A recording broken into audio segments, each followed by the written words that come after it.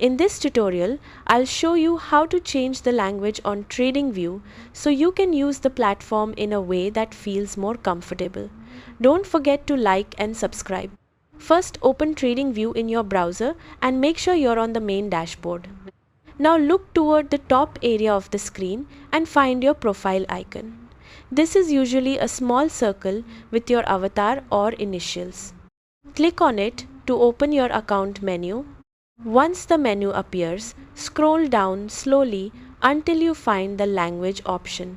It may be near the bottom, so take a second to locate it. Click on Language and you'll see a list of available options. Now, simply choose the language you prefer.